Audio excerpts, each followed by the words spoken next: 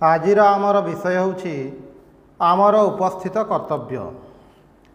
एही वक्तृता ट्रिप्लिकेन साहित्य समिति रे प्रदत्त होइथिला। स्वामीजी अमेरिका गमन पूर्वर एही समितिर सभ्यगण सहित तांकर परिचय होइथिला।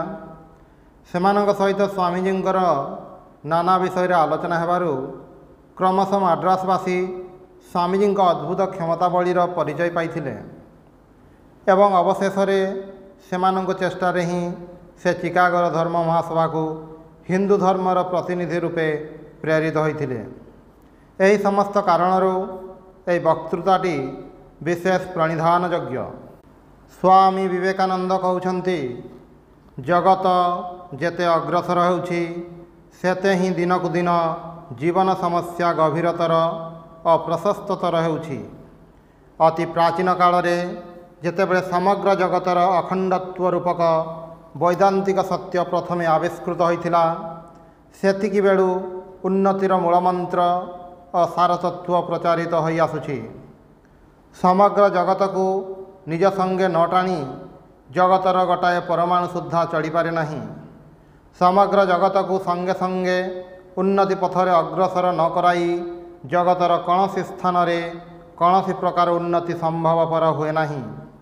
पुणी प्रतिदिन स्पष्टरू स्पष्टतर भाव में बुझा जाउछि जे केवल जातीय बा कौनसी संकीर्ण भित्ति उपरे निर्भर करी कौनसी समस्यार मीमांसा होई पारे नहीं। जे कौनसी विषय बा जे कौनसी भाव हेउ ताहाकु उदाररू उदारतर हेबाकु पड़िबो जे पर्यंत ताहा सार्वभौम होई ठिया न होइछि। जे कौनसी आकांक्षा हेउ पछके ताहाकु क्रमशः एपरी बढ़ाइबाकु हेब जहाद्वारा ताहा समग्र मानव जाति को केवल नुहे समग्र प्राणी जगत को मध्य निज सीमार अंतर्भुक्त करिनेब। एथिरु बुझाजिब प्राचीन काल रे आम देश जो महत्तर पदवी रे आरूढ़ थिला गत केतेक शताब्दी आउ सेपरी नाही। जदि आमे एही अवनति किपरि हेला ताहार कारण अनुसंधान करिबा तेबे देखिबा आम दृष्टिर संकीर्णता और आम मानक कार्यक्षेत्र रे संकोचन यार अन्यतम कारण। जगतरे दुईटी आश्चर्य जातिर सृष्टि और विकास होइछि। गोटिए मूल जातिर उत्पन्न किंतु विभिन्न देशकाल घटना चक्र रे स्थापित निज निजर विशेष निर्दिष्ट पंथारे जीवन समस्यार समाधान पाई नियुक्त दुईटी प्राचीन जाति थिले। मु प्राचीन हिंदू और प्राचीन ग्रीक जाति कथा कहूँ। उत्तर रे हिमाचलर हिमशिखर सीमाबद्ध जगतर प्रांतवत् प्रतीयमान अनंत अरण्यानि और समतल रे प्रवहमान समुद्र सदृश सुस्वादु सलीला स्रोतस्वती बेष्टित भारतीय आर्यमानंक मन सहजरे अंतर्मुख होइथिला। आर्य जाति स्वभावत अंतर्मुख पुणी चतुर्दिगरे एही समस्त महाभाव उद्दीपक दृश्यावली रे परिवेष्टित होई सेमानंक सूक्ष्म भावग्राही मस्तिष्क स्वभाववशत अंतस्तत्वानुसंधान परायण होइथिला। स्वचित्तर विश्लेषण भारतीय आर्यंक प्रधान लक्ष्य हैला। अन्य दिगरे ग्रीक जाति जगतर एपरि एक स्थान रे बास कले जेउठारे गांभीर्य अपेक्षा सौंदर्यर अधिक समावेश। ग्रीक द्वीपपुंजर अंतर्वर्ती सुंदर द्वीप समूह चतुर्दिगस्थ प्रकृति निराभरण किंतु हास्यमयी सेमानक मन सहजरे बहिर्मुख हैला। ताहा बाह्य जगत विश्लेषण परायण हैला। आउ ताहार फलस्वरूप आमे देखिबाकु पाऊ भारतरू सबु प्रकार विश्लेषणात्मक और ग्रीसरू श्रेणी विभागात्मक विज्ञान समूहर उद्भव। हिंदू मन निज विशिष्ट पथरे चली अति अद्भुत फल प्रसव करिथिला। एवं मध्य हिंदू मानकर जेपरी विचार शक्ति अच्छी भारतीय मस्तिष्क एवं मध्य जेपरी शक्तिर आधार ताहा सहित अन्य कौनसी जातिर तुलना हो पारे नहीं। पुणी आमे समस्ते जानू आम मानक बालकगण अन्य जेकोसी देशर बालक मान सहित प्रतियोगितार सर्वदा जयी होइथांती। तथापि जेतेबेले संभवतः मुसलमान गणक भारत विजयर 1 वा 2 शताब्दी पूर्वे जातीय शक्ति अंतरित है सेतेबेले एही जातीय विशेषत्व संबंध में एते अंतर्कलह लागिला जे यार अवनति है। पुणी आम मान भारतीय शिल्प संगीत विज्ञान सकल विषय यही अवनतिर चिन्ह किछि किछि देखा पाऊ। शिल्पर आउ सही उदार धारणा रहिला नहीं, भावर उच्चता और विभिन्न अंगर सामंजस्य पाई चेष्टा आउ रहिला नहीं। सकल विषय अतिमात्रा अलंकार प्रियता परिदृष्ट है। समग्र जातिर मौलिकता जेपरी अंतर्हित होईगला। संगीत रे प्राचीन संस्कृत संगीतर आउ हृदय उन्मादी गभीर भाव रहिला नहीं। पूर्वे जेपरी प्रत्येक स्वर स्वतंत्र रूप से आपे आपे तिष्ठि पारुथिला अथच अपूर्व ऐक्यतानर सृष्टि करुथिला ताहा आउ रहिला नहीं।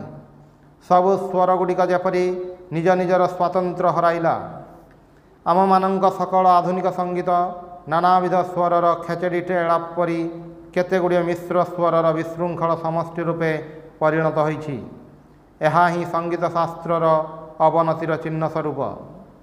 तुम मानक भावराज्य संबंधी अन्यान्य विषय समूहर विश्लेषण कले मध्य एहीपरि अलंकार प्रियतार प्राचुर्य और मौलिकतार अभाव देखिपारिब। आउ तुम मानकर विशेष कार्यक्षेत्र स्वरूप धर्मरे मध्य घोर अवनति प्रवेश करिथिला। जेउ जाति शत शत वर्ष धरी एक ग्लास पानी डाहाण हाथ पीवा कि बाँ हाथ पीवा एहीपरि गुरुतर समस्या समूहर विचार व्यस्त रही ସେହି ଜାତି ନିକଟରୁ ଆଉ କ'ଣ ଆଶା କରାଯାଇପାରେ। ଯେଉଁ ଦେଶର ବଡ଼ ବଡ଼ ମସ୍ତିଷ୍କ ଗୁଡ଼ିକ ଶତ ଶତ ବର୍ଷ ଧରି ଏହିପରି ସ୍ପୃଶ୍ୟ ଅସ୍ପୃଶ୍ୟ ବିଚାରରେ ବ୍ୟସ୍ତ, ସେହି ଜାତିର ଅବନତି ଯେ ଚରମ ସୀମାରେ ପହଞ୍ଚିଅଛି ତାହା ଆଉ କ'ଣ କହିବାକୁ ପଡ଼ିବ। ବେଦାନ୍ତର ତତ୍ତ୍ୱ ସମୂହ ଜଗତରେ ପ୍ରଚାରିତ ଈଶ୍ୱର ଓ ଆତ୍ମା ସମ୍ବନ୍ଧୀୟ ସିଦ୍ଧାନ୍ତ ସମୂହ ମଧ୍ୟରେ ମହତ୍ତମ ଓ ଉଜ୍ଜ୍ୱଳତମ ସିଦ୍ଧାନ୍ତ ସମୂହ ନଷ୍ଟ ପ୍ରାୟ ହେଲାଣି। ସେଥିରୁ କେତେକ ଗଭୀର ଅରଣ୍ୟର କେତେକ ସନ୍ନ୍ୟାସୀଙ୍କ ଦ୍ୱାରା ରକ୍ଷିତ ହୋଇ ଲୁକାୟିତ ରହିଲା। ଅବଶିଷ୍ଟ ସମସ୍ତେ କେବଳ ଖାଦ୍ୟ ଖାଦ୍ୟ ସ୍ପୃଶ୍ୟ ଅସ୍ପୃଶ୍ୟ ପ୍ରଭୃତି ଗୁରୁତର ପ୍ରଶ୍ନ ସମୂହର ସିଦ୍ଧାନ୍ତରେ ନିଯୁକ୍ତ ରହିଲେ। ମୁସଲମାନଗଣ ଭାରତ ବିଜୟ କରି ଅବଶ୍ୟ ସେମାନେ ଯାହା ଜାଣିଥିଲେ ଏପରି ଅନେକ ଭଲ ବିଷୟ ଶିଖାଇଥିଲେ। କାରଣ ଜଗତର ହୀନତମ ବ୍ୟକ୍ତି ମଧ୍ୟ ଶ୍ରେଷ୍ଠ ବ୍ୟକ୍ତିକୁ କିଛି ନା କିଛି ଶିଖାଇପାରେ। କିନ୍ତୁ ସେମାନେ ଆମମାନଙ୍କ ଜାତି ମଧ୍ୟରେ ଶକ୍ତି ସଞ୍ଚାର କରିପାରିଲେ ନାହିଁ। ଅବଶେଷରେ ଆମମାନଙ୍କ ସୌଭାଗ୍ୟରୁ ହେଉ ବା ଦୁର୍ଭାଗ୍ୟରୁ ହେଉ ଇଂରେଜ ଭାରତ ଜୟ କଲା। ଅବଶ୍ୟ ପରଦେଶ ବିଜୟ କେବେ ହେଲେ ଶୁଭ ଫଳପ୍ରସୂ ନୁହେଁ। ବୈଦେଶିକ ଶାସନ କେବେ ହେଲେ କଲ୍ୟାଣକର ନୁହେଁ। ତେବେ ଅଶୁଭ ଭିତରେ ମଧ୍ୟ କେବେ କେବେ ଶୁଭ ସଂଗଠିତ ହୋଇଥାଏ। ଇଂରେଜମାନଙ୍କ ଭାରତ ବିଜୟରେ ଏହି ବିଶେଷ ଶୁଭଫଳ ସଂଗଠିତ ହୋଇଛି। ଇଂଲଣ୍ଡ ଓ ସମଗ୍ର ୟୁରୋପ ଗ୍ରୀସ୍ ନିକଟରେ ସଭ୍ୟତା ପାଇଁ ଋଣୀ। ୟୁରୋପର ସକଳ ଭାବ ମଧ୍ୟରେ ଯେପରି ଗ୍ରୀସ୍ର ପ୍ରତିଧ୍ୱନି ଶୁଣିବାକୁ ମିଳେ, ତାହାର ପ୍ରତ୍ୟେକ ଗୃହରେ ପ୍ରତ୍ୟେକ ଆସବାବରେ ମଧ୍ୟ ଯେପରି ଗ୍ରୀସ୍ର ଚିହ୍ନ ରହିଛି।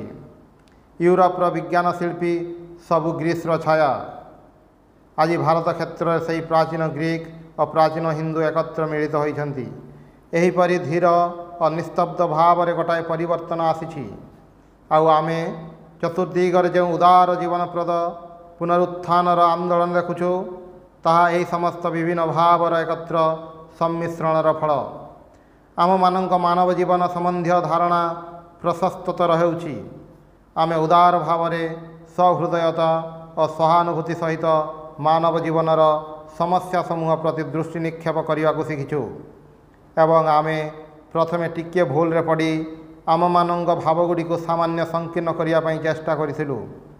କିନ୍ତୁ ବର୍ତ୍ତମାନ ଆମେ ବୁଝିଛୁ ଯେ ଚତୁର୍ଦିଗରେ ଯେଉଁ ସମସ୍ତ ସହୃଦୟ ଭାବ ସମୂହ ଦେଖାଯାଉଛି ଏବଂ ଜୀବନର ଏହି ପ୍ରଶସ୍ତତର ଧାରଣା ସମୂହ ଆମମାନଙ୍କ ପ୍ରାଚୀନ ଶାସ୍ତ୍ର ନିବଦ୍ଧ ଉପଦେଶର ସ୍ୱାଭାବିକ ପରିଣତି ସ୍ୱରୂପ। ଆମମାନଙ୍କ ପୂର୍ବପୁରୁଷଗଣ ଅତି ପ୍ରାଚୀନ କାଳରୁ ଯେଉଁ ସମସ୍ତ ତତ୍ତ୍ୱ ଆବିଷ୍କାର କରିଥିଲେ, ସେହି ଭାବଗୁଡ଼ିକୁ ଯଦି ଠିକ୍ ଠିକ୍ କାର୍ଯ୍ୟରେ ପରିଣତ କରାଯାଏ, ତେବେ ଆମେ ଉଦାର ନ ହୋଇ ରହିପାରିବୁ ନାହିଁ। ଆମମାନଙ୍କ ଶାସ୍ତ୍ର ଉପଦିଷ୍ଟ ସମସ୍ତ ବିଷୟର ଲକ୍ଷ୍ୟ ନିଜ କ୍ଷୁଦ୍ର ସୀମାରୁ ବାହାର ହୋଇ ସମସ୍ତଙ୍କ ସହିତ ମିଳିମିଶି ପରସ୍ପରର ଭାବ ଆଦାନ ପ୍ରଦାନ କରି ଉଦାରରୁ ଉଦାରତର ହେବା, କ୍ରମଶଃ ସାର୍ବଭୌମ ଭାବରେ ଉପନୀତ ହେବା। କିନ୍ତୁ ଆମେ ଶାସ୍ତ୍ର ଉପଦେଶ ନ ମାନି କ୍ରମଶଃ ନିଜେ ନିଜକୁ ସଂକୀର୍ଣ୍ଣରୁ ସଂକୀର୍ଣ୍ଣତର କରି ପକାଉଛୁ, ନିଜକୁ ଶୁଷ୍କ କରିଦେଉଛୁ। ଆମମାନଙ୍କର ଉନ୍ନତିର ପଥରେ ଯେଉଁ କେତେକ ବାଧା ରହିଛି ତନ୍ମଧ୍ୟରୁ ଆମେ ହିଁ ଜଗତର ଏକମାତ୍ର ଶ୍ରେଷ୍ଠ ଜାତି, ଏହି ମତାନ୍ଧତା ଗୋଟିଏ। ଭାରତକୁ ମୁଁ ଆନ୍ତରିକ ଭଲ ପାଏ।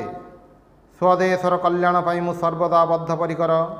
ଆମ ପ୍ରାଚୀନ ପୂର୍ବପୁରୁଷଗଣଙ୍କୁ ମୁଁ ବିଶେଷ ଭକ୍ତି ଶ୍ରଦ୍ଧା କରିଥାଏ। ତଥାପି ଜଗତରୁ ଯେ ଆମମାନଙ୍କୁ ଅନେକ ବିଷୟ ଶିଖିବାକୁ ହେବ, ଏହି ଧାରଣା ତ୍ୟାଗ କରିବାକୁ ମୁଁ ଅକ୍ଷମ। ଆମମାନଙ୍କୁ ଶିକ୍ଷା ଗ୍ରହଣ ପାଇଁ ସମସ୍ତଙ୍କ ପାଦ ତଳେ ବସିବାକୁ ସର୍ବଦା ପ୍ରସ୍ତୁତ ହୋଇ ରହିବାକୁ ପଡ଼ିବ।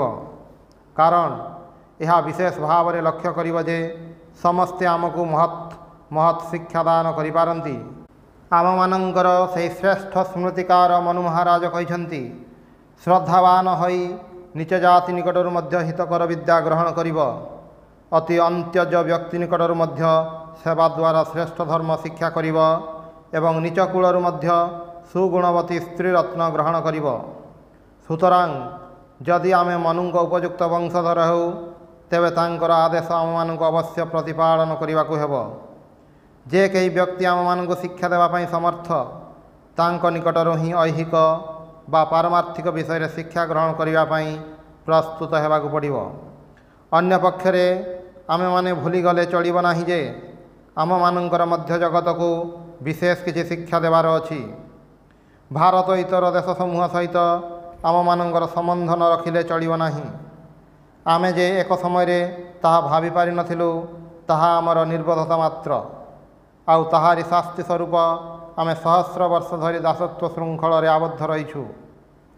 ଆମେ ଯେ ଅନ୍ୟାନ୍ୟ ଜାତି ସହିତ ନିଜକୁ ତୁଳନା କରିବା ପାଇଁ ବିଦେଶକୁ ଯାଇନାହୁଁ, ଆମେ ଯେ ଜଗତର ଗତି ଲକ୍ଷ୍ୟ କରି ଚଳିବାକୁ ଶିଖିନାହୁଁ, ଏହା ହିଁ ଭାରତୀୟ ମନର ଅବନତିର ଏକ ପ୍ରଧାନ କାରଣ। ଆମେ ଯଥେଷ୍ଟ ଶାସ୍ତି ପାଇଛୁ, ପୁଣି ଯେପରି ଆମେ ଭ୍ରମରେ ନ ପଡ଼ୁ। ଭାରତବାସୀଙ୍କର ଭାରତ ବହିର୍ଭୂତ ଦେଶକୁ ଗମନ କରିବା ଅନୁଚିତ, ଏ ସମସ୍ତ ମୂର୍ଖତାର କଥା, ପିଲାଡ଼ିଆ କଥା ମାତ୍ର। ଏ ସମସ୍ତ ଧାରଣାକୁ ସମୂଳ ନିର୍ମୂଳ କରିବାକୁ ହେବ। ତୁମେମାନେ ଯେତିକି ଭାରତର ବାହାରକୁ ଯାଇ ଜଗତର ଅନ୍ୟାନ୍ୟ ଜାତିମାନଙ୍କ ମଧ୍ୟରେ ଭ୍ରମଣ କରିବ, ସେତେ ହିଁ ଆମମାନଙ୍କର ଏବଂ ତୁମ ଦେଶର କଲ୍ୟାଣ ହେବ। ତୁମେମାନେ ପୂର୍ବରୁ ଶତ ଶତାବ୍ଦୀ ପୂର୍ବରୁ ଯଦି ଏହା କରିଥାନ୍ତ, ତେବେ ତୁମେ ଆଜି ତୁମମାନଙ୍କ ଉପରେ ପ୍ରଭୁତ୍ୱ କରିବା ପାଇଁ ଇଚ୍ଛା କରିଥିବା ଯେକୌଣସି ଜାତି ନିକଟରେ ପଦାନତ ହୋଇନଥାନ୍ତ। ଜୀବନର ପ୍ରଥମ ସୁସ୍ପଷ୍ଟ ଚିହ୍ନ ହେଉଛି ବିସ୍ତାର। ଯଦି ତୁମେମାନେ ବଞ୍ଚିବାକୁ ଚାହଁ, ତେବେ ତୁମକୁ ସଂକୀର୍ଣ୍ଣ ସୀମା ଛାଡ଼ିବାକୁ ପଡ଼ିବ।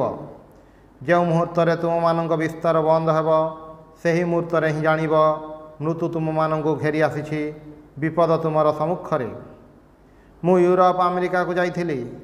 ତୁମେମାନେ ମଧ୍ୟ ସହୃଦୟ ଭାବରେ ଏହାର ଉଲ୍ଲେଖ କରିଛ। ମୋତେ ଯିବାକୁ ପଡ଼ିଥିଲା, କାରଣ ଏହି ବିସ୍ତୃତି ହିଁ ଜାତୀୟ ଜୀବନର ପୁନରଭ୍ୟୁଦୟର ପ୍ରଥମ ଚିହ୍ନ। ଏହି ପୁନରଭ୍ୟୁଦୟଶୀଳ ଜାତୀୟ ଜୀବନ ଭିତରେ ଭିତରେ ବିସ୍ତାର ପ୍ରାପ୍ତ ହୋଇ ମୋତେ ଯେପରି ଦୂରକୁ ନିକ୍ଷିପ୍ତ କରିଥିଲା, ଆଉ ସହସ୍ର ସହସ୍ର ବ୍ୟକ୍ତି ମଧ୍ୟ ଏହିପରି ନିକ୍ଷିପ୍ତ ହେବେ। ମୋ କଥା ଅବହିତ ହୋଇ ଶ୍ରବଣ କର। ଯଦି ଏ ଜାତିର ଜୀବନ ସତ୍ୟ ଥାଏ, ତେବେ ଏହା ହେବ ହିଁ ହେବ। ସୁତରାଂ ଏହି ବିସ୍ତାର ଜାତୀୟ ଜୀବନର ପୁନରଭ୍ୟୁଦୟର ସର୍ବପ୍ରଧାନ ଲକ୍ଷଣ ଏବଂ ଏହି ବିସ୍ତାର ସହିତ ମନୁଷ୍ୟର ଜ୍ଞାନ ସମଷ୍ଟିକୁ ଆମମାନଙ୍କର ଯାହା ଦେବାର ଅଛି, ସମଗ୍ର ଜଗତର ଉନ୍ନତି ବିଧାନରେ ଆମର ଯେତିକି ଦେୟ, ତାହା ମଧ୍ୟ ଭାରତ ଇତର ଦେଶକୁ ଯାଉଛି। ପୁଣି ଏହା କିଛି ନୂଆ କଥା ମଧ୍ୟ ନୁହେଁ। ତୁମମାନଙ୍କ ମଧ୍ୟରୁ ଯେଉଁମାନେ ମନେ କରନ୍ତି ହିନ୍ଦୁମାନେ ଚିରକାଳ ଧରି ସେମାନଙ୍କ ଦେଶର ଚତୁଃସୀମା ମଧ୍ୟରେ ଆବଦ୍ଧ ହୋଇ ରହିଛନ୍ତି, ସେମାନେ ସମ୍ପୂର୍ଣ୍ଣ ଭ୍ରାନ୍ତ। ତୁମେମାନେ ତୁମର ପ୍ରାଚୀନ ଶାସ୍ତ୍ର ପଢ଼ିନାହଁ। ତୁମେମାନେ ତୁମର ଜାତୀୟ ଇତିହାସ ଠିକ୍ ଅଧ୍ୟୟନ କରିନାହଁ। ଯେକୌଣସି ଜାତି ହେଉ, ତାକୁ ବଞ୍ଚିବାକୁ ହେଲେ ତାକୁ କିଛି ଦେବାକୁ ପଡ଼ିବ। ପ୍ରାଣ ଦେଲେ ପ୍ରାଣ ପାଇବ। ପ୍ରତିଗ୍ରହଣ କଲେ ହିଁ ତାହାର ମୂଲ୍ୟ ସ୍ୱରୂପ ଅନ୍ୟ ସମସ୍ତଙ୍କୁ କିଛି ଦେବାକୁ ହେବ। ଏତେ ସହସ୍ର ବର୍ଷ ଧରି ଆମେ ଜୀବିତ ରହିଛୁ, ଏ କଥା ତ ଆଉ ଅସ୍ୱୀକାର କରିବାର ଉପାୟ ନାହିଁ। ବର୍ତ୍ତମାନ ଯଦି ଆମେ କିପରି ଏତେ ଦିନ ଧରି ଜୀବିତ ରହିଛୁ, ଏହି ସମସ୍ୟାର ସମାଧାନ କରିବାକୁ ଚାହୁଁ, ତେବେ ସ୍ୱୀକାର କରିବାକୁ ହେବ ଯେ ଅଜ୍ଞ ବ୍ୟକ୍ତିଗଣ ଯାହା ଭାବନ୍ତୁ ପଛେ ଆମେ ଚିରକାଳ ଜଗତକୁ କିଛି ନା କିଛି ଦେଇ ଆସିଛୁ। ତେବେ ଭାରତର ଦାନ, ଧର୍ମ, ଦାର୍ଶନିକ ଜ୍ଞାନ, ଆଧ୍ୟାତ୍ମିକତା ଏବଂ ଧର୍ମଜ୍ଞାନ ବିସ୍ତାର କରିବା ପାଇଁ, ଧର୍ମ ପ୍ରଚାରର ପଥ ପରିଷ୍କାର କରିବା ପାଇଁ सैन्य दलर प्रयोजन हुए नहीं। ज्ञान और दार्शनिक तत्व को शणित प्रवाह उपरे वहन करने को हुए नहीं। ज्ञान और दार्शनिक तत्व रक्ताक्त नरदेह उपरे सगर्व गमन करे नहीं। से सब शांति और प्रेमर पक्ष धरी शांत भाव आगमन करिथांती एवं ताहा ही बराबर होइछि। अतएव देखागला भारत को मध्य बराबर जगत को किछि ना किछि देवाको होइछि। लंडनस्थ जनैका युवती मते प्रश्न करथिले, तुमे हिंदू माने कौन करिछ? तुमे गोटिए हेले जाति को जय करिनाह। वीर साहसी क्षत्रिय प्रकृति इंग्रेज जाति पक्षरे एकथा सभा पाई सेमानंग पक्षरे जड़े अपर को जय करिपारिले ताहा ही सर्वश्रेष्ठ गौरव स्वरूप विवेचित हुए। सेमानंग दृष्टि रे यह सत्य, किंतु आम दृष्टि रे यह ठीक विपरीत। जेतेबेले मु मोर मन को प्रश्न करे भारतर श्रेष्ठत्वर कारण कौन, मु ताहार यही उत्तर पाए, यार कारण यही जे आमे केबे अन्य जाति को जय करिनाहु। यह ही आमर महागौरव। तुमे आजिकाली सर्वदा आम मान धर्म परधर्म विजय पाई सचेष्ट नुहे बोली यार निंदा शुणा पाओ। पुणी दुखर सहित कहूँ एपरी व्यक्तिगण निकटर यह शुणा पाइब जो मानू अधिकतर ज्ञान आशा करा जाए। मोर मन हुए आम धर्म जे अन्यान्य धर्म अपेक्षा सत्यर अधिकतर निकटवर्ती यह ही ताहार गोटे प्रधान युक्ति। आम धर्म केबे हेले अन्यर धर्म विजय रे प्रवृत्त होई नाही। यह केबे हेले रक्तपात करे नाही। यह सर्वदा आशीर्वाणी और शांति वाक्य उच्चारण करि आसीछि। समस्तंको यह प्रेम और सहानुभूतिर कथा कहिछि। एठारे ही परधर्म प्रति विद्वेषहीनता संबंधी भाव समूह प्रथमे उच्चारित हुए। केवल एहिठारे एही परधर्म सहिष्णुता और सहानुभूतिर भाव कार्य परिणत होइछि। अन्यान्य देश रे यह केवल मतवाद पर्यवसित होइछि मात्र। एठारे केवल एहिठारे हिंदू माने मुसलमान मानक पई मस्जिद और ख्रीस्टियान मानक पई चर्च निर्माण कर दियंती। अतएव हे भद्र महोदयगण, आपण माने बुझी पारुथिबे आमे आमर भाव जगत रे अनेक थर प्रवाहित करिछु, किंतु अति धीर भाव रे निस्तब्ध अज्ञात भाव रे। भारतर समस्त विषय एहीपरि। भारतीय चिंतार गोटे लक्षण यार शांत भाव, यार नीरवता, पुणी यार पश्चात जो प्रबल शक्ति रही ताकू शक्तिवाचक कौन नाम अभिहित करा जाय नहीं। यह को भारतीय चिंताराशि नीरव मोहिनी शक्ति बोली कहुपर। कौन वैदेशिक जदि आम मान साहित्य अध्ययन में प्रवृत्त हुंती प्रथमे यह अतिशय विरक्तिकर लगे। एथिरे हुए तो साहित्य परि उद्दीपना नहीं, तीव्र गति नहीं, जो से सहजरे माति उठिबे। यूरोपर वियोगांतक नाटकावली सहित आम नाटक गुड़िकर तुलना कर। पाश्चात्य नाटक गुड़िक घटना वैचित्र्य पूर्ण। से क्षणकाल तुमको उद्दीपना मिल, किंतु जेतेबेले शेष हो जाए तत्क्षणात् प्रतिक्रिया से सबु तुम मस्तिष्क चली जाए।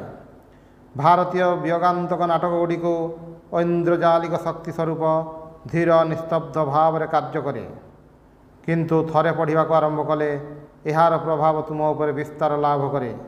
तुमे आउ जाओ कुआडे, तुमे बंधा होई रहिल। पुणी जेकोसी व्यक्ति आम साहित्य को स्पर्श करने को साहसी होइछि, से बंधन अनुभव करिछि, से यह सहित चिर प्रेम बंधा होइछि।